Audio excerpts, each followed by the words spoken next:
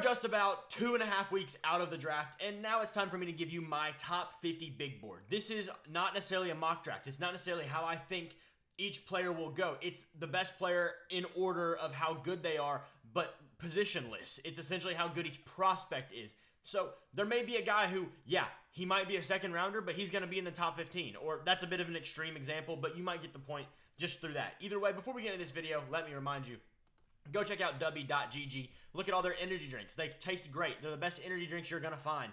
And use code SHREDDER for 10% off your order, or click the link in the description of this video. Either way, let's get into this video.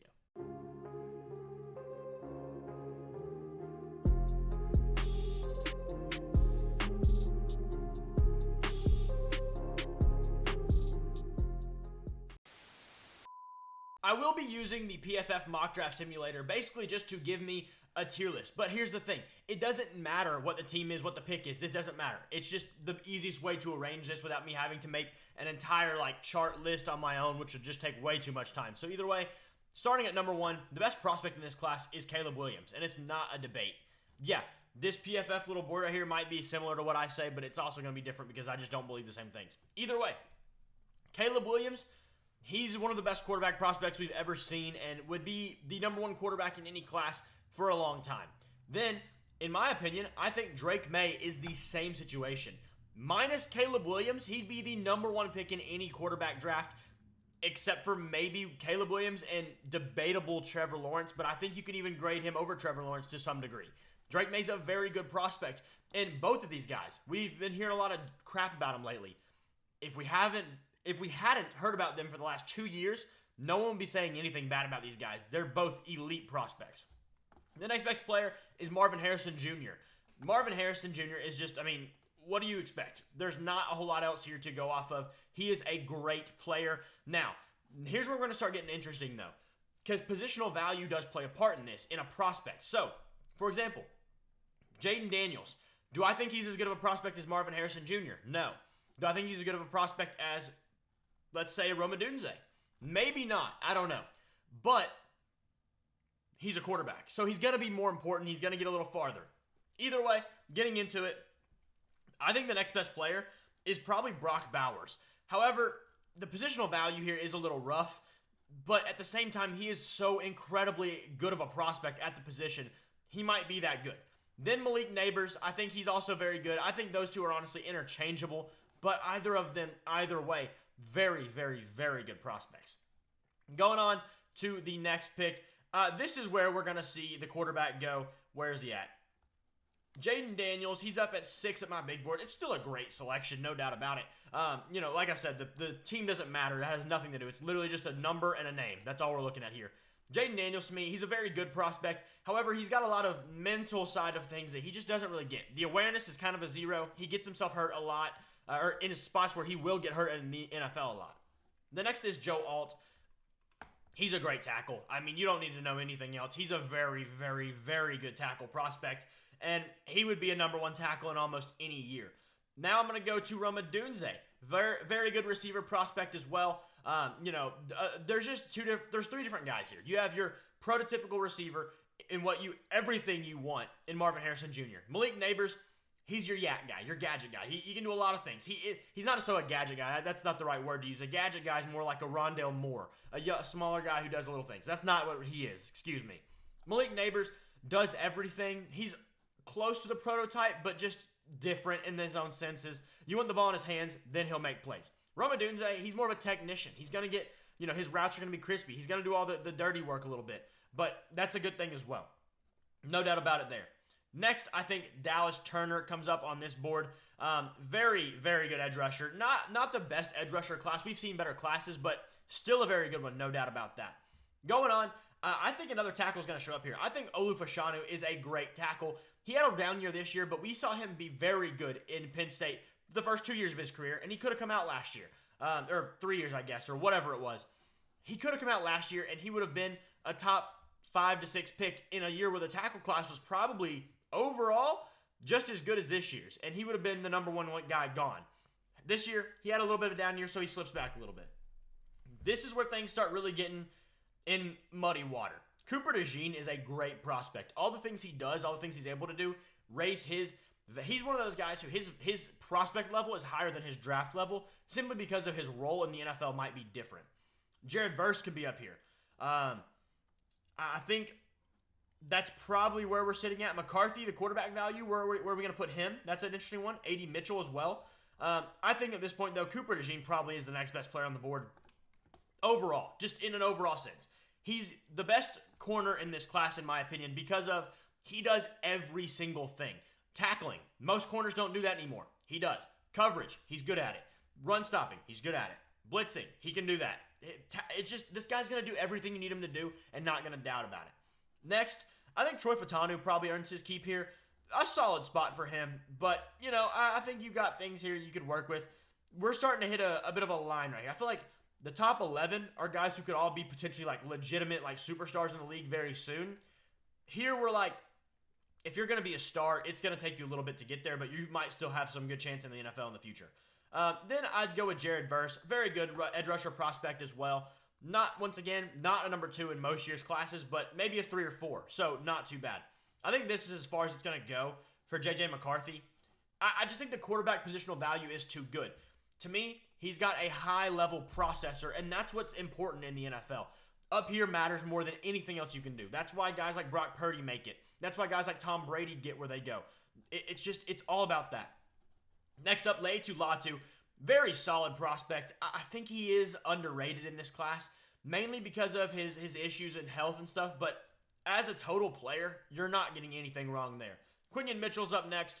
Very good cornerback prospect. However, you know, he's got his downfalls, but there's not anything too bad about it overall. You know, he did that Devin Witherspoon rise this year where he came up out of nowhere and he slowly just kind of crept up more and more and more to the point where he might be the first corner taken this year. Next, this is a tough one now. Latham, Wiggins, Mims, Arnold, Newton. All these guys here could be very plausible at 17. I really like Jerzon Newton. I think he's my favorite defensive lineman in this class, but I just don't think it's a great class for this to be a position of need because there's so many tackles, there's so many receivers, there's so many quarterbacks, there's so many cornerbacks. You have so many things at probably more important positions that we're going to push these guys down. Same with guys like Jackson Powers Johnson. A great player, but you're going to get pushed down really far because of the fact that this guy and your Jackson Powers Johnson and whatever, they're all not as good as a lot of these other guys. Next up, I think I'm going to go with Amarius Mims. He's a right tackle prospect, but I really do like his game. Very just aggressive, and he'll do anything. One of those maulers in the run game. J.C. Latham's a close second to him. I think it's fine. Nothing really there that, you know, deters me from him, but it is what it is. Terrion Arnold comes up on the board now. A solid cornerback. You know, everybody thought Kool-Aid was going to be that star, and then this guy showed out being targeted all game long. And Kool-Aid, good corner, no doubt about it, but he really showed up this year when people thought that was not going to be the case whatsoever for him in his career this year. Nate Wiggins is next. He's very solid. All these guys are first-round corners, no doubt about it. Any year, any draft class, they'd be first-round corners. But they're just, I don't have as big of his size is a lot of the problem to me. He's a bit smaller, doesn't weigh a whole lot. Just those are issues. Yeah, he's a blazing speed. Put on 10 to 15 pounds and then still be very fast in terms of just average speed. Graham Barton is next to me. He just does everything. If he didn't do everything, he'd be lower, but the fact that he does everything gives him a good, just a byproduct here of that. Talise Fuaga next. He slipped a little bit here. I think he's still a very solid tackle. He's a first-round guy. We have a lot of first-round tackles this year, and that's very beneficial for many people. He just, to me, he profiles to more of a guard, and that positional value brings him down. I do like Tyler Guyton a whole lot too, but I think Adonai Mitchell's my next up. Very good receiver prospect, and he tested out very well at the combine. And, you know, the rest of the receiver room, I don't know if I really am going to have another guy in the top 32, but this is where we're going to see guys like Jackson Powers Johnson. He is a very good prospect. However, it's just the positional value of a center is not that great. One of the best centers in the league, Creed Humphrey, went at 59 overall or something right around there to the Chiefs because the position's not that valuable. It's a great thing to have them. They're very good players, and when you get a very good one, they make the massivest difference like that they could ever make. It's a great thing. The positional value is just not that big. Then, we'll go with, I do like Brian Thomas. That probably is a receiver in this first round here. Kool-Aid McKinstry will come off the board now. Just didn't test as well on his part, but still a very solid player. Byron Murphy, also a very solid defensive lineman. Definitely him and Jerzon Newton are your only two defensive linemen in the first round. No doubt about that, in my opinion. I think Bo Nix is going to come off the board here. Very solid quarterback prospect. I really like the processor on him. The best processor in this draft class is Bo Nix. Pre-snap reads, things like that. Most college quarterbacks don't come into the league with that kind of experience anymore. Bo Nix has all of that. Part of that is experience. Part of that is just, I don't know, whatever you need. Bo Nix can do it all. He can throw it. He can run it. He's got a great mind on him for football. He's going to make a great coach one day for sure after his playing career is over. I like Tyler Guyton a lot next. He's just a really solid tackle as well. In this last 2 rounds, I feel like this is a stop. This is like the end of the real true first-round guys to me. I don't know where I want to go here. Braden Feist is an interesting one. Jordan Morgan. Kamari Lassiter. Darius Robinson is definitely in consideration here. I'm going to go... I really do like Darius Robinson out of Missouri. The only problem is I feel like he's going to be a Raven at pick 30 overall, which is be a very solid pick for them. But he would fit them so well, and he'll be a dominant force forever. He will be. I just know it because he'll go there. Next, I think Braden Feist. I actually forgot about him until I just seen him. But we're going to go another route here. I think we're going to go... Yeah, I think we're going to go with Jordan Morgan. Another very solid tackle. Probably not a first-round tackle, but... very good one, and as a second-round guy, if he lands that far, you're going to be getting a steal there, whoever you grab. Next, I think we're going to start off here with, do I want to go Peyton Wilson yet? No. I'm going to say top of the second round, the 33rd best player will be Michael Penix Jr. I'm not huge on Penix. I think he'll be a fine NFL player. He'll be a starter. The problem is, his pro day, his speed and stuff like that, it doesn't matter. He doesn't play like it. Because of those injuries, he did play like it at one time. That's awesome. He figured out he cannot do that physically. So now he modified his game to be able to stand tall in the pocket and take shots downfield. That's awesome. Until you see in the national championship game that Michigan took those away from him and let him throw underneath and he couldn't handle it. That's what I don't like. He's got to figure that out. But like a team like Seattle, taking him maybe in this early second round, trading up to get him would be a great spot because he can go sit behind Geno for a year and then come in and be the starter. That's what I like a lot about him. I think I'm going to go Ladd McConkey next. A really solid receiver. The problem with him is he's going to profile out to just a slot guy, and that's just not the best situation to be in at all times. Then we're going to move over to, I do really like Braden Feist. Very good athlete. Is he going to be the most, down in and down out performer? I doubt it. He's going to be a very good pass rusher at the interior D-line position, but that shouldn't deter you from getting this guy relatively early in this draft. Zach Frazier is next. A very good center prospect as well. But once again, centers just don't have the positional value that's going to drive them up. Him and Jackson Powers Johnson, I wouldn't be surprised if neither of them were gone by pick 40. If they're both sitting there at pick 41. Because the center position just isn't that valuable. Plus, what teams in the NFL legitimately need a center so bad that they're not going to take Ladd McConkey. They're not going to take Michael Penix. They're not going to take Darius Robinson, Jordan Morgan, Tyler Guyton. Things like that. I don't think it's going to happen. Next, we're getting into kind of the depths here of our top 50. Out of corners, personally, I really like Mike Sanders still, but he's not going to probably end up in a top 50 spot because of he is strictly a slot corner in the NFL. Kamari Lassiter, however, couldn't be a number one corner. Didn't test the best, but that's why he's down here at this point. Peyton Wilson, he's going next. I do like him as a linebacker, and especially through the process of this pro day, of the combine, he's gone up my boards quite a bit. Very solid player. However, I do have back-to-back linebackers going here. I really like Jeremiah Trotter. He was my number one linebacker up until the pro days and combines. I still do like Trotter a whole lot and think he could be very, very, very good. But Peyton Wilson might have gained a leg up on him in this recent run of the pro days and all that. Ennis Rakestraw comes off the board. Just a really solid guy. Physical. Dominantly physical, and that's what you want from guys like him. Now we're getting into this Braswell Robinson territory, TJ Tampa territory, Troy Franklin, Roman Wilson. We're getting into a lot of interesting things here. I'm not going to probably have a running back in the top 50. Maybe I will at the end. I don't know. I'm trying to think here because I'm only hitting about 10 spots left.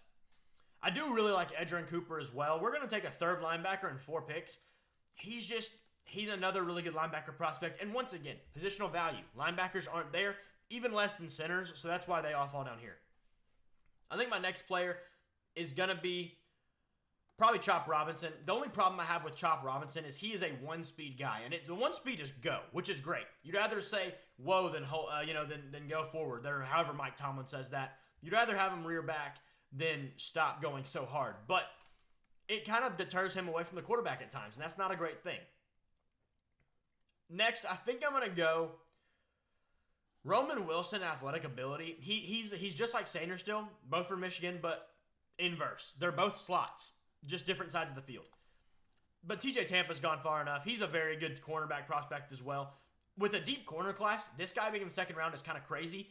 I think he would have gone over Emmanuel Forbes last year, assuming Emmanuel Forbes doesn't get ridiculously taken way too high last year that he did. But either way, I think we're getting to a point where I do want to see a running back come off the board, but it's not Jonathan Brooks. To me, it is Trey Benson. Trey Benson is the best running back in this class, and I don't think it's close. Yeah, he's had his fair share of medical issues, but honestly, I don't care. I think he's an absolute baller, and if he can stay healthy, he'll be a great player. Next, Kingsley Suamataia is kind of drawing my eyes here. I don't know. This is getting a really tight spacing here. I'm going to go with Chris Braswell. The edge position is just that much more important, and that's going to give him the lead up there. Kingsley Suamataia will go then. I'm fine with that. What receivers are we missing? I really like Jalen Polk in this class, but he's like the inverse of Roman Wilson. Roman Wilson is strictly a slot. This guy is strictly a go ball guy. Like, that's really it, and I just don't see that being as valuable as it should be. Ricky Pearsall is kind of drawing my eyes here at this point, because he is a slot guy, but he does everything. He does the dirty work. He'll block. He'll do a lot of things you want him to do. I'm going to take him here. Only 3 spots left in my top 30. I think Troy Franklin is good enough. He did not test well at all, but I think he is a good enough player to save himself because of the true game speed and athleticism he does have. Jatavian Sanders here is interesting. I do like that one. I don't think Xavier Legette is necessarily top 15, or 50, excuse me. But I'm really running out of people here. I do like Tavondre Sweat, but he just got arrested. So we're not going to worry about him. Tyler Nubin, Javon Ballard, both very solid. Just don't know how I feel about Tyler Nubin or any safety in the top 50. I think we're going to go Jatavian Sanders is our second tight end. I do like Sanders a lot. It's just I don't know how much that'll weigh it into the top 50 in the long run, but we're going to take him for now. I just think Sanders still is the best player here. Nubin, I'm not the biggest fan of. He's fine. This is a very tough one here. For our final spot here, I think I am going to go with Roman Wilson. His athleticism and athletic ability is just too good for me to let him not be in this top 50. Yes, he's a slot receiver, but he's a heck of a prospect there. So here's our big board. Caleb Williams, Drake May, Marvin Harrison, Brock Bowers, and Malik Neighbors round out the top 5. I'm going to let you just slowly scroll through here and see it. If you need to pause it and read through, go ahead and do that. But either way, what do you guys think of this video? What do you think of my big board here? Who would you have higher than others? I just think this is a very interesting way because, like I said, this isn't how the draft order is going to go at all. This shouldn't be how the draft order goes. You know, Marvin Harrison is a better player than Jaden Daniels, but the Patriots kind of need a quarterback more than they need a receiver. Same thing with Malik Neighbors. He's a better prospect than Jaden Daniels, but Jaden Daniels is a quarterback. People are going to draft him higher. You know, that's a good example right there. Same thing with J.J. McCarthy. I'd be shocked at this point if he's on the board at 14. I think his floor is this 11, 12, 13 range because of the team need. Every one of these teams right here needs a quarterback very badly. And if they don't trade up, then one of them's grabbing him 100%. Either way, let me know what you think down in the comments below. Appreciate you guys for watching, and I'll see y'all in the next video.